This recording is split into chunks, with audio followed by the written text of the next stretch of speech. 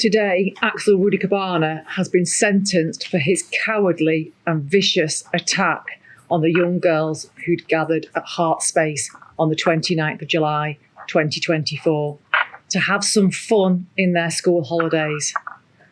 They had come together for a Taylor Swift theme morning to enjoy dancing, singing and making friendship bracelets in honour of their idol.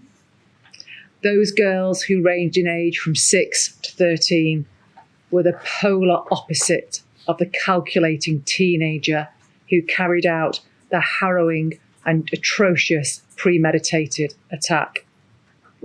The victims were enjoying a day of youthful innocence, untainted by the twisted and unhealthy fascination with violence that drove Axel Rudakubana to carry out the atrocities he'd planned in the days leading up to the 29th of July.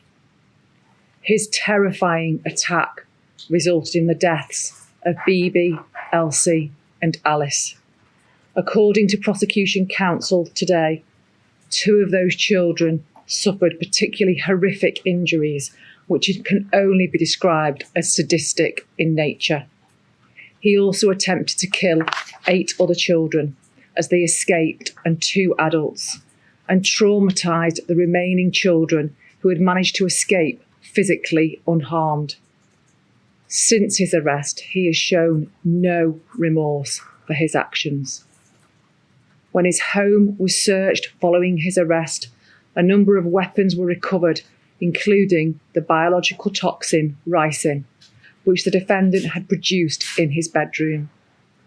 On his computer devices, a large number of images and documents were found, which demonstrated that he had a long-standing obsession with violence, killing, and genocide.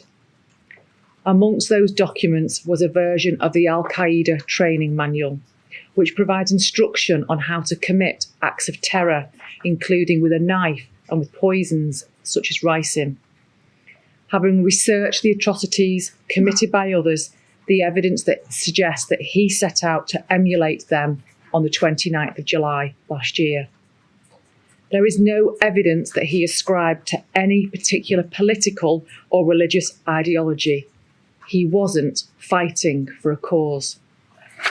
His only purpose was to kill, and he targeted the youngest, most vulnerable in order to spread the greatest level of fear and outrage, which he succeeded in doing. I know that the conviction and sentencing today will not take away the distress and the trauma suffered by the victims and their families. How can it? These events have impacted and will continue to impact on the victims forever and their lives every day. They won't be able to just switch off and move on.